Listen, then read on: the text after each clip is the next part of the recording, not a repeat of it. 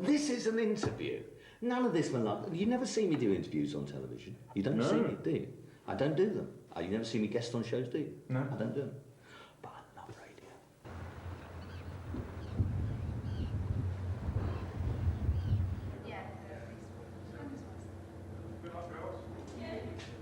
Here we are then, it's Big Al on the dock and we're on Spitbank Fort in the middle of the Solent on this Wednesday morning. It's quite blowout here, as I said earlier, and in the background now, Meridian A's got his camera with us, by the way. That's because we could be on Meridian tonight on Friday night with a report on this, and it looks like we're going to be on ITV2 tonight with Beadle, but more about that later. But in the background, Dot, look.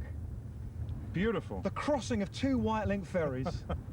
Yeah, is one of them the new one? Well, one of them's escaping the Isle of Wight, and the other one is taking people to the Isle of Wight for an unforgettable holiday experience. In the rain. What's his condition? Well, we hear that they've certainly been getting to him, and but he seems to have cheered up for some reason since they brought these two 23-year-old kickboxing girls over. Four people in a yacht, they must be barking mad. It's a Sigma 36 for anyone that knows. Is it really? Yeah. You're fascinating. How long you want? Or are you just going to edit? We're just going to, what we'll probably do is we'll just say, right, we'll be back in a moment. Oh yeah, good. All right, yeah, when you're ready, when you're ready. All right, so here we are. We've now been taken downstairs to meet the great man. It's me, the Doc, and Meridian Dave, and sat opposite us on a wooden table is a tired, worn-out looking Jeremy Beadle. Hello, Jeremy. Hello, Alex. Hello, Doc. Hello, Jeremy. Well, oh, listen to that butch. That is so. Did you see that came from way? That was testicular. That was definitely. He nearly got a job. Was it summer '84? Yeah. Capital Radio. Yeah, they tried to. Well, they nearly tried to. And then they gave up and took on Philip Schofield.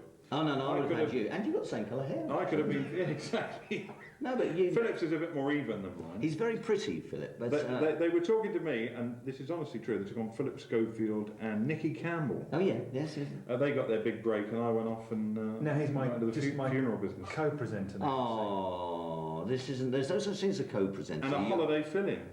Ah, now that's when he gets nervous. Now this That's when Alex really gets nervous, yeah. And he rings up, how's he doing? How's he doing? Because you got involved in this, and this is what I wanted to ask you, London. I knew that you'd once sat in for Chris Tarrant on the Breakfast Show. Yeah, It's been there donkey's years. Yeah. Why is it that they kind of made a joke afterwards about, Tarrant says, if you don't behave, I'll get Jeremy Beadle back. What was that all about? Well, basically, Park, you remember... Simon? No, not Simon. Richard Park, the guy who was running the radio station at the time. I didn't exactly see eye to eye. I did things like I did Spot the Goat, and I got people to send in their own trailer for Spot the Goat, the world's most difficult quiz, which wasn't, of course. And the winner, which I insisted on playing all the time, was a guy who called himself going, Spot, Spot, Spot, Spot the Goat. He was blinking away, and it just really made me laugh. And he didn't really, so it was just a nice little niggle. Chris and I are very, very good friends. We've been on holiday together. He's a lovely man, yeah. Very clever. He's got a good producer's brain. And the great thing about Tarrant, if you watch him or you listen to him, you know that he's a minute ahead of the action. And that's the real skill of presenting. But how do you feel when good mates like Chris Tarrant and lots of other people in TV have still got their prime time TV shows, and people like you and Noel Edmonds suddenly find yourselves not on primetime TV? That must be like being in a top rock band who stopped having hit singles. No, well, it's a very nice analogy. I wish I could. I think Noel and I both suffered from overexposure. I mean, I was on for 17 years. Many of those years I was on for 50 weeks a year. It's too much. And two primetime shows a week. Two primetime shows, and they were all repeated and paid for. I remember reading several years ago that you were happier to be involved in production and program ideas I always have. rather than being in front of the camera. I've actually, people don't realise that, I've always earned more money behind the camera than in front, and I've always been quite a good earner. So I've done. He was earning. Yes, I do. But it's but you guys have got it right. You see, you're on radio, and radio but the pleasure and the ease of radio, that you can twist it, you can do whatever you like instantly. You can change it from fun to serious. You can take on a really diabolical issue that frightens and threatens people and moments later be surreal and bizarre and crazy and anarchic. And that's the joy of radio. You don't have everybody to consider. And radio is by far a friendlier, more interesting. It eats up ideas. I mean, as an ideas monster, it gobbles them up. And that's why people don't necessarily have long lives on radio. And when they do, they've got something very special, or a format. Right, we're going to take a break and then we'll be back with more of Banged Up with Beadle. It's Ant and Dec's Saturday primetime TV show on ITV. It's also on ITV2 tonight and throughout the week. And we'll be back with Beadle in just a moment. And do you want the truth, or do you want what they want? The truth. Want the truth. All right, here we are then, Wednesday morning. It's Big Al on the dock with Jeremy Beadle, and he was good enough to talk to us on the phone last week, and we hoped he'd invite us out, but he didn't, so we kind of invited ourselves out, and he said, I'd love to have you. Now, you've been doing this on ITV for 6 weeks now, and the idea is, well, actually, how did the idea start? It was Nigel Hall's idea, the producer of the Ant and Dec Saturday night show. I actually was very instrumental in making him a producer. We worked together on Beadle's About and You Being Framed. And he became the producer, and he had an idea to bury me, to hide me, and offer £1 million to anyone that could find me.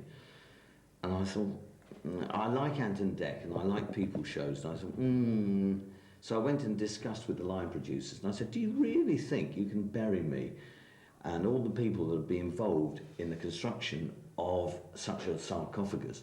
Won't leak. It's not going to leak. Excuse me. Anyway, that idea was dismissed, but the basic idea of being banged up with Beadle, could people cope living with Beadle? Well, to be really honest, I'm not that difficult, despite the reputation. I think most of the people that have been down here will tell you it's been quite a laugh. And indeed, one of the complaints I've had is the way that they've edited it to manipulate and misrepresent it as being really grim, and it's not that grim.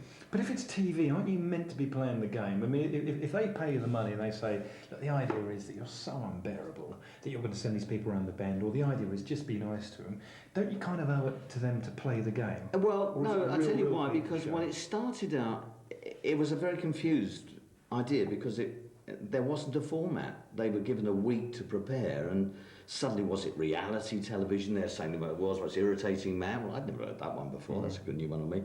Then it was that it was going to be reality television. Well, it's not reality television. It's all stop, start, stop, go, do this, do that, get it. But what's happened, it's been an organic format, and what they have got, and I'm not sure they really fully appreciate it, they've got a wonderful format that's developed, which is people being banged up in a crazy situation, and you give them absurd, ridiculous challenges, but it's never quite what it seems. And the comedy to come out of that... How's that different to Big Brother? I mean, I've never watched Big Brother, but don't they do that in Big Brother? What's the different about that? I'll be honest with you, I've not watched Big Brother. But Whereas Big Brother is... Well, then, as I understand it, Big Brother is... a lot of people, it's confrontation, it's situational, it is reality television. They are trying to sort of put them through the grind, and people... But this isn't. This is meant to be a lark. It was meant to be a spoof on Big Brother. That's how it was sold to me. And in fact, I have had... I know it sounds silly, but I've had a really good time. But you've been out here now for 6 weeks, Yeah. right? You are really in a cell. Yeah. It's damp. Yeah. You have to change your mattress every day because the mattress just absorbs all the water. Describe the smell. That's what you can... Dank Horrible. or rank. Yeah, it's like a crypt in here, and it really does smell. Well, we know the cameras immediately missed it up, but you can just feel this musty, mouldy smell in there. It is. That's uncomfortable. So Yeah, that was the your price. clothes must smell of it. Yeah. And now the producers have taken away whatever luxuries you have. What's this, TV, hi-fi? What do you... No, I've never had it. I've seriously never had... There is a television there which doesn't work, except when they want to. They actually control it. They are Big Brother. You can't really win. So they've got control of that. I've used it for video instructions, i.e. the Chinese national anthem, and various games and things. I learned of that. And occasionally, when we've done challenges, there have been rewards. So that's the incentive to do the challenge. If you do this, you'll get this reward. And now what they've suddenly announced this week is that all the challenges, there are no rewards, only punishments if you don't do them. But why would you stand for that? I'm not. I've said, just give me the punishment. Isn't it clear that they're trying to push you over the edge in the dying days of the challenge? Well, it's pretty damned obvious. I mean, forgive me, I've been around for a few weeks. So they want you to snap in the last week, to get some good TV? Yeah. And you're not going to? Well, no, I'll give them what they want. I mean, in fact, I've been playing the game with them most of the time. I've been mucking about. And the only thing I haven't done is cheat. I really, genuinely haven't cheated. I've had opportunities to, and I'm not without nonce to be able to twist and turn. And I haven't done, I really, genuinely haven't. But when they've changed the rules, they've suddenly changed the rules to this, well, it's pretty obvious that they just want to, you know, try and make me stand, well, tough. We're going to do one question from the dot, then we're going to take a break. That's what I was trying to do. I was trying to remind you that we had to take a break. Well, that's why you're the producer, you fool. Right, let's take the break. Fantastic, what a star. Right, there's a record you want us to play. We could say it's your Desert Island Disc. What is this song? Well, no, actually, if it was my Desert Island Disc, I tell you what I would actually take away with it. I would actually take away a recording of a school playground. Yeah. Oh. Yeah. You've got us all there. You're right. A primary school playground. It's just fantastic. If you love it. I once, probably about 17, had a temporary job working with some builders in some horrible part of North London, working on a terrible site. The journey there was awful, the people weren't very good, the boss was awful. But next door to the site was this kids' playground, and you're right, every couple of hours the kids would come out and make a lovely noise, and you'd think, this is quite bearable. You remind you there was another world other than what we're stuck in. I've actually had lots of jobs like that. I seriously have. I mean, people think that I'm a lovey, that I'm an actor, and I'm not an actor at all. Are you a bit of a TV lovey? No, I'm really not. Honestly, I think anybody that knows me will tell you that I'm not. I'm not precious, I'm not vain, I'm not conceited, I'm a program maker. I like success. I like the pleasures of whether I'm doing a documentary or whether I'm doing history or working behind the scenes. I love success, and I don't care whose it is. I'm not envious, I really do enjoy success. But people have told me that you're a very clever guy. No, I know, I'm lucky. Big difference. But clevering with people that you can kind of manipulate them to get them to do what you want, but actually you're gaining from it. Oh yeah, I think that's fair. That is fair, because I'll give you the easiest example. If we were working as a team and I employed you two guys as ideas men, for example, I would actually call you producers. Now you'd suddenly go, hey, yeah, I like that. And I would give you much more responsibility, and I would say, look, I don't want to know. Do it. And you get so much more out of people by doing that, by trusting them and giving them the space to play. And I learned those lessons along the way when people gave me the space to play. My teams, I've always had long teams. Although you've been framed at 8 producers.